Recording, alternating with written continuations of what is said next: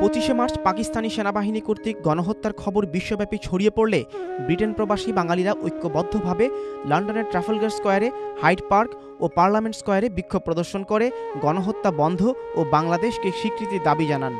লন্ডনে পাকিস্তান দূতাবাসের সামনে পাকিস্তানের পতাকা পুড়িয়ে ফেলা, পাকিস্তানি ব্যাংকে কর্মরত বাঙালিদের ইস্তফা দেওয়ার পাশাপাশি বার্মিংহামে এজবাস্টন ক্রিকেট গ্রাউন্ডে পাকিস্তান ক্রিকেট দলকে অবাঞ্ছিত ঘোষণা করে বিক্ষোভ করে বাঙালিরা।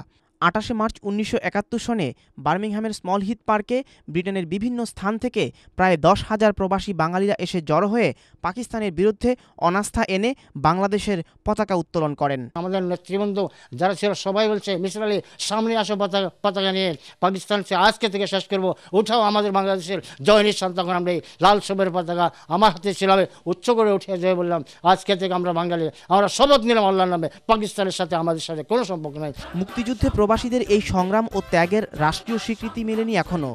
সেই সাথে নোয়াখালীর ভাট্রা গ্রামের মিছির আলী যে প্রবাসের প্রথম পতাকা উত্তোলক, সেই তথ্য লিপিবদ্ধ হয়নি ইতিহাস গ্রন্থে।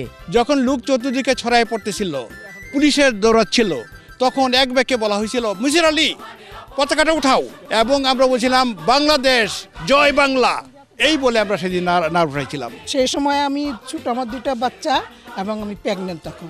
এখন যেমন ফেস টু ফেস আমাদের কথা হয়, দেখা হয়, তখন আমাদের 2-1 মাত্র মেয়ে ছিলাম, আর সবাই দূর দূর থেকে আসছে। 71 টিভির মাধ্যমে আমি বাংলাদেশের বর্তমান বাংলাদেশ সরকারকে আমি অনুরোধ জানাবো, স্বনির্বন্ধ অনুরোধ জানাবো, তারা যেন আবার নতুন করে এই মূল্যায়ন করার চেষ্টা করেন। বিগত কয়েক বছর ধরে বাংলাদেশ সরকার বিদেশি নাগরিকদের রাষ্ট্রীয় সম্মানে ভূষিত করলেও উপেক্ষিত রয়ে গেছে প্রবাসের প্রথম পতাকা উত্তোলক মিছির আলী ও মুক্তিযুদ্ধের অন্যতম সংগঠকদের অবদানের কথা।